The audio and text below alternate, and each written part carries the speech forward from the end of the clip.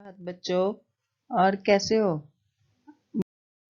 आप लोग? सभी अपने अपने घर में सुरक्षित होंगे। आज हम कक्षा 5 के पाठ 1 राख की रस्सी का अध्ययन करेंगे।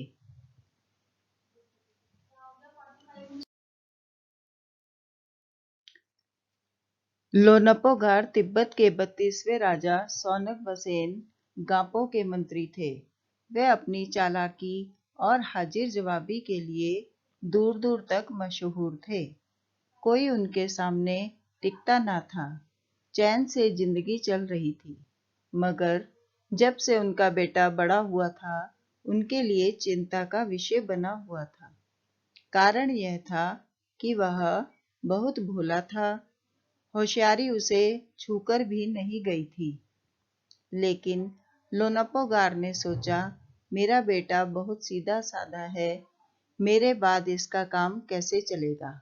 लोनपोगार जो था वो राजा का मंत्री था और वो बहुत ही अपनी हाजिर जवाबी के लिए और चालाकी के लिए मशहूर था। परंतु उसका जो बेटा था वह बहुत सीधा था और वह उसको होशियार बनाना चाहता था। इसलिए उसने आगे के बारे में उसके आगे के बारे में सोचा। एक दिन लोनपोगार ने अपने बेटे को 100 भेड़ें देते हुए कहा, तुम इन्हें लेकर शहर जाओ, मगर इन्हें मारना या बेचना नहीं। इन्हें वापस लाना 100 जौ बोरों के साथ, वरना मैं तुम्हें घर में नहीं घुसने दूंगा। इसके बाद उन्होंने बेटे को शहर की तरफ रवाना कर दिया। लोनपोगार का बेटा शहर पहुंच गया, मगर इतने बोरे जौ खरीदने के लिए उसके पास रुपए ही कहाँ थे। वह इस समस्या पर सोचने विचारने लगा। सड़क किनारे बैठ गया, मगर कोई हल उसकी समझ में नहीं आ रहा था। वह बहुत दुखी था। तभी एक लड़की उसके सामने आ खड़ी हुई। क्या बात है, तुम इतने दुखी क्यों हो? लोनपोगार के बेटे ने अपना हाल कह सुनाया।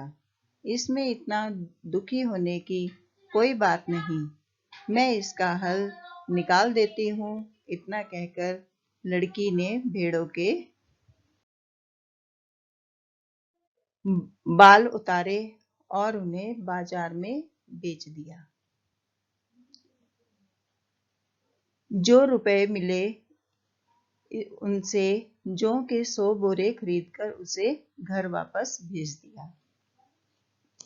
लोनपोगार के बेटे को लगा कि उसके पिता बहुत खुश हो गए, मगर उसकी आप बीती पर उन्होंने ध्यान नहीं दिया। वह उठकर कमरे से बाहर चले गए।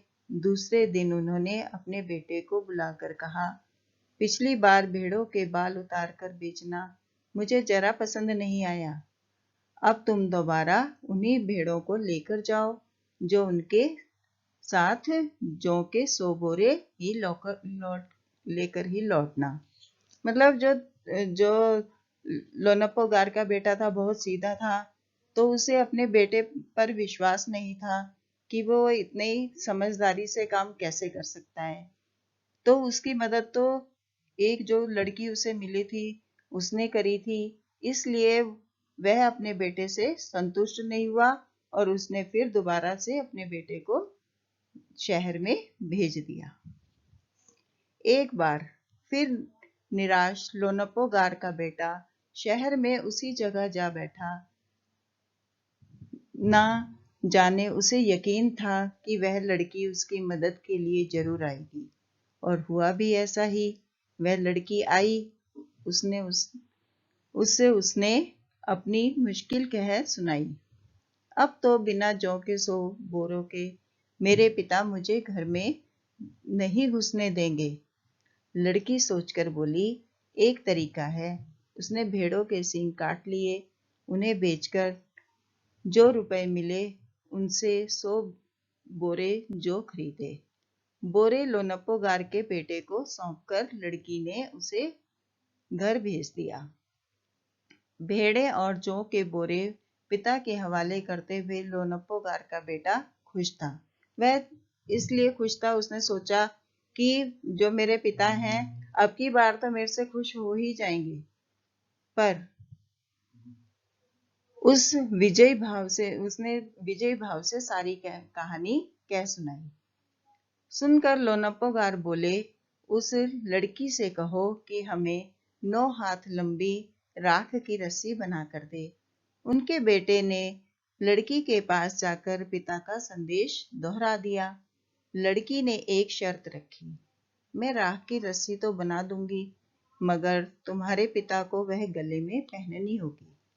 लोनप्पोगार ने सोचा, ऐसी रस्सी बनाना ही असंभव है, इसलिए लड़की की शर्त को मंजूर कर लिया।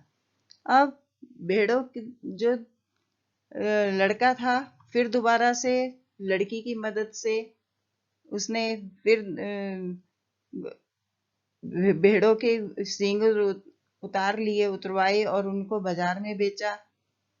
फिर लेकर आया तो फिर भी पिता खुश नहीं हुए। उसने सोचा अब की बार भी लड़की ने ही उसकी मदद करी। तो उसने सोचा कि लड़की इतनी होशियार है तो चलो इसकी भी एक परीक्षा ली जाए। तो उसने भी कहा कि मुझे एक राख की रस्सी बनाकर दे। तो लड़की भी होशियार थी, लड़की ने सोचा कि चलो मैं बना तो दूंगी, परंतु क्या है कि उसकी होशियारी को कम करने के लिए उसने कहा कि वह रस्सी उसे गले में पहननी होगी। अगले दिन लड़की ने 9 हाथ लंबी रस्सी ली, उसे पत्थर के सिर पर रखा और जला दिया।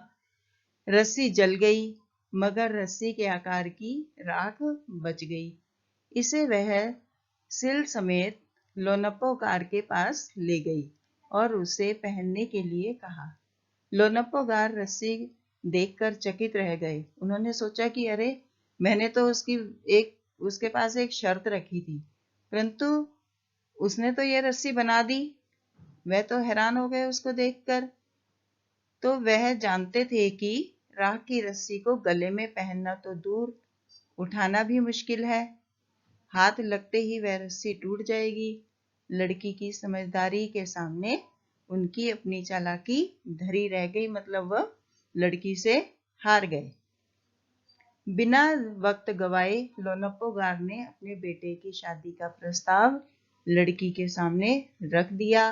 क्यों इसलिए रखा? क्योंकि उसने सोचा कि ये लड़की तो बहुत समझदार है और मेरा लड़का तो सीधा साधा और भोला भाला है, तो ये मेरे लड़के को अच्छा बना सकती है। धूमधाम से उन दोनों की शादी हो गई। तो ये बच्चों, ये कहानी आपको कैसी लगी? आप इस कहानी को दोबारा पढ़ेंगे, अच्छे ढंग से पढ़ेंगे, और मैं अभी आपको अपनी कॉपी में नोट करने हैं और इनको अच्छे ढंग से याद भी करना है। तिब्बत 32वें, चालाकी, हाजिर जवाबी, मशहूर, चैन, जिंदगी, होशियारी, समस्या, मुश्किल, संदेश, मंजूर, लंबी, प्रस्ताव।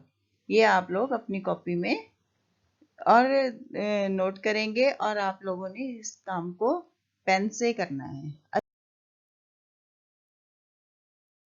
को शब्द अर्थ बता रही हूँ, आप लोगों ने इसे भी कॉपी में ही लिखना है।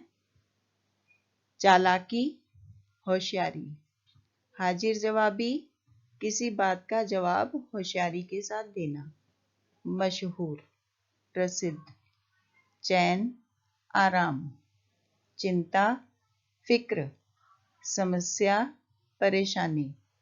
जौ, एक प्रकार का अनाज जो हम लोग जैसे गेहूं खाते हैं, चावल खाते हैं, इसी प्रकार ही जौ भी खाया जाता है। आटे के रूप में भी पिसवाया जाता है और इससे सत्तू भी बनता है। निराश, उदास।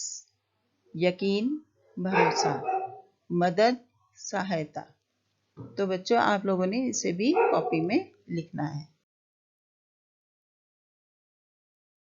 इसे आप लोगों ने वाक्य प्रयोग करने हैं।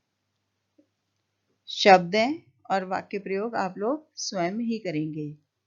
सीधा साधा, दुखी, मुश्किल, असंभव, समझदारी।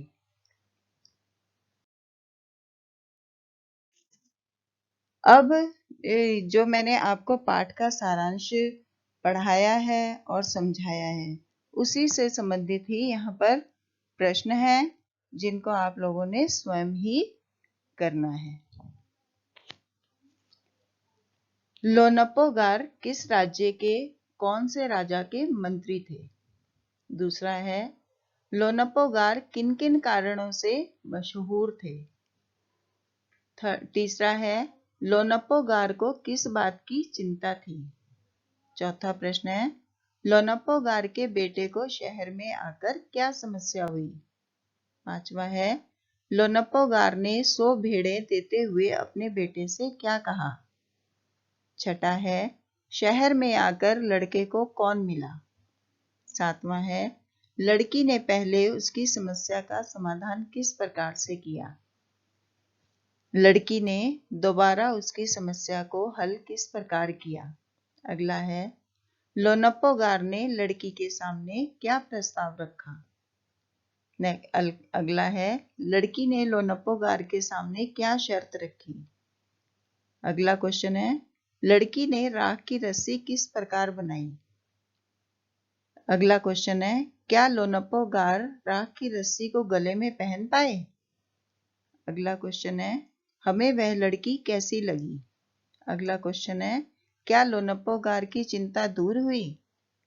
आप लोग इन प्रश्नों के उत्तर अपनी कॉपी में करेंगे और अपने पेरेंट्स से इसमें सिग्नेचर करवाएंगे डेट वाइज। Thank you.